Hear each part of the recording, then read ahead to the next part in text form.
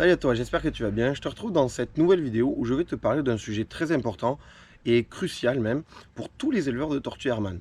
Le sujet c'est le suivant, comment garder ces tortues en bonne santé l'été malgré les grosses chaleurs. Enfin, je vais te donner 5 conseils pour te permettre de maintenir tes tortues en bonne santé l'été.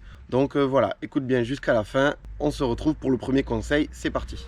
Voilà, pour le premier conseil, je vais me diriger vers le parc des tortues adultes. Le premier conseil, c'est d'assurer une hydratation constante.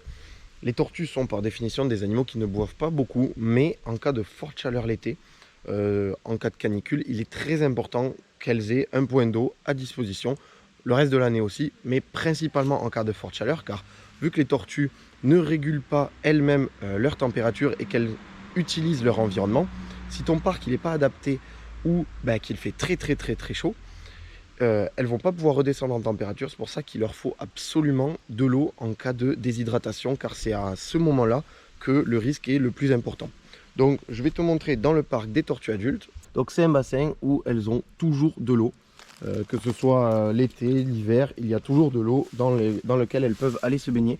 Donc là, en période sèche, je les vois souvent aller se baigner dedans pour s'hydrater. Donc là, comme tu peux voir, il y a quand même pas mal de plantes qui ont poussé dedans. C'est le but, ça permet de purifier quand même un peu l'eau. Ça évite que le soleil tape dessus. Si le bassin est un sujet qui t'intéresse, je pourrais faire une vidéo sur sa construction. En attendant, voilà pour le premier conseil. Le deuxième conseil, ça va être d'offrir de l'ombre à tes tortues. Comme je l'ai dit pendant le premier conseil sur l'hydratation, les tortues ne régulent pas elles-mêmes leur température. Il faut que ce soit leur environnement qui leur permette de le faire, que ce soit avec l'eau ou avec l'ombre. En cas de forte chaleur, il faut vraiment que tes tortues aient un accès à pas mal d'abris, de cachettes, sous des plantes qui permettent en gros les protéger des rayons directs du soleil. Donc là, je te montre dans le parc, qu'est-ce qui peut un peu leur permettre de se protéger. On a un tunnel ici qui traverse comme ça, où il fait quand même pas mal frais dessous. Ensuite, il y a pas mal de plantes, que ce soit la vigne, la lavande, d'autres qui n'ont pas encore poussé. Ici, il y a un yucca là-bas et un autre ici. Mais lorsqu'ils vont pousser, ça devrait former un dôme où elles pourront aller se mettre dessous et ce dôme devrait garder quand même la fraîcheur. Donc voilà, ça c'était le deuxième conseil, de bien leur fournir de l'ombre, que ce soit donc avec des plantes, des cachettes ou l'abri.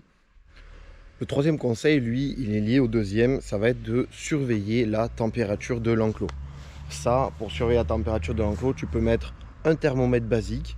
C'est juste pour contrôler que les températures elles ne dépassent pas les 30-35 degrés. Au-delà, la tortue elle va vraiment être en difficulté pour vivre, pour s'alimenter, pour se déplacer. Moi, je vais te montrer quel thermomètre j'ai pour surveiller la température de l'enclos. J'ouvre la maison. Voilà, donc là il y a la tortue femelle. Et moi le thermomètre, il est là, voilà, sous le toit. C'est le Switchbot que j'avais acheté sur Amazon qui est directement connecté à mon téléphone. Du coup je vois même quand je suis en déplacement, en vue instantanée, la température dans l'enclos. J'en ai placé un autre dans le tunnel pour avoir une petite idée de la température à l'extérieur, pas que dans la maison.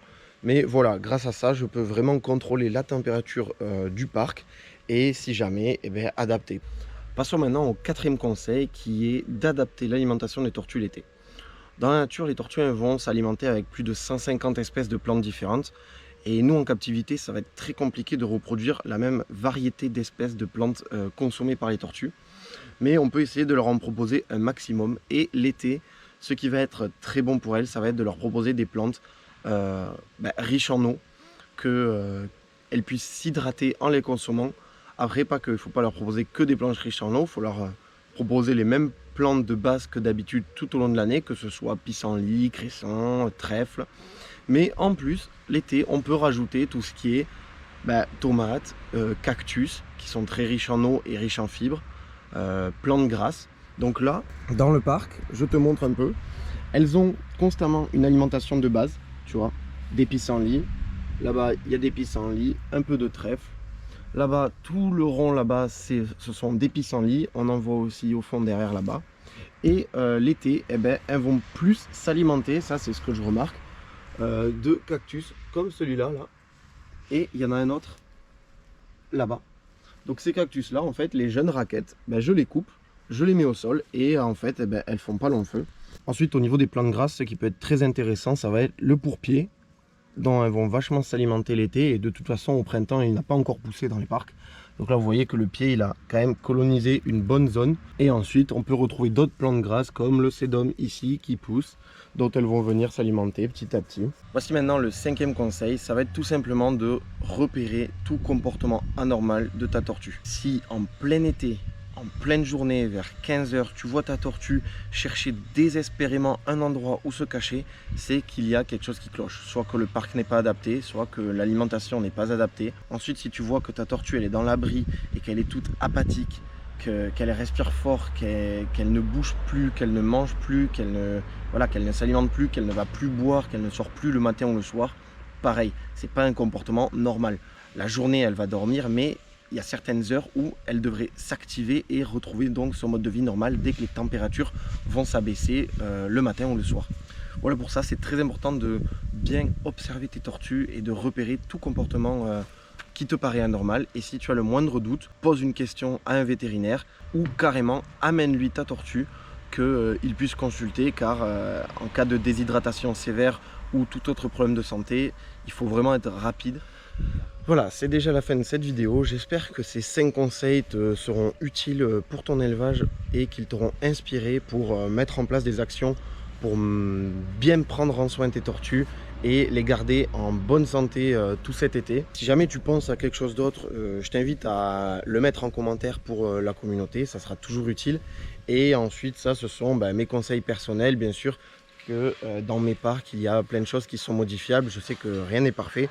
Mais le but de cette vidéo, c'est vraiment de te donner des conseils pour améliorer ta pratique à toi et faire au mieux pour tes tortues.